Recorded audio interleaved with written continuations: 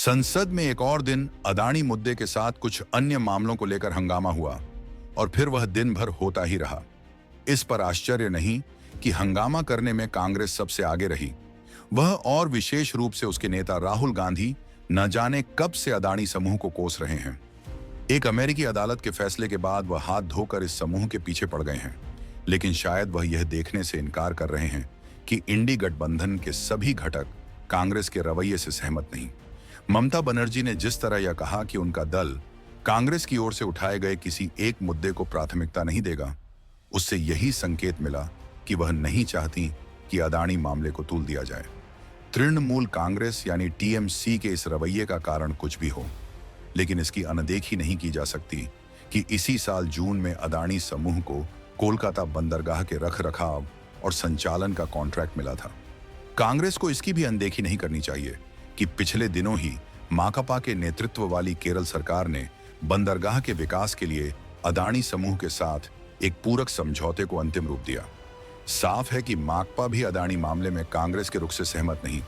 इस तथ्य को भी नहीं भूलना चाहिए कि तेलंगाना सरकार ने अदानी समूह के साथ एक समझौता कर रखा है और अतीत में राजस्थान की कांग्रेस सरकार ने भी राज्य में इस अदानी समूह के निवेश को हरी झंडी दी थी।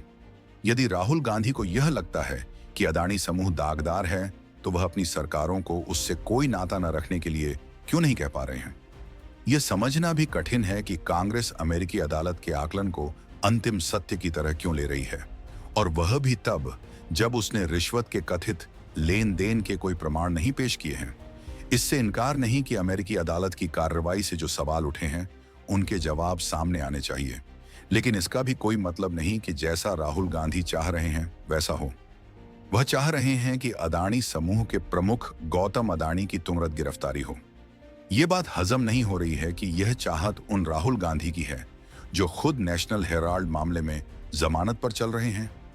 यह भी विचित्र है कि संयुक्त अरब अमीरात, तंजानिया और श्रीलंका तो अदानी समूह पर अमेरिकी अदालत की टिप्पणी को महत्व नहीं दे रहे हैं, लेकिन भारत में कांग्रेस के नेता और कुछ अन्य लोग उसे बिना किसी जांच पड़ताल के अदानी को जेल भेजना को उतावले हैं। यह उतावलापन इसलिए भी ठीक नहीं क्योंकि इन्वेस्टर अदानी ग्रुप पर भरोसा जता रहे हैं और इसी कारण उसके शेयरों में तेजी देखने को मिल रही है। इस पर आपकी क्या राय है? कमेंट में हमें जरूर बताएं। धन्यवाद।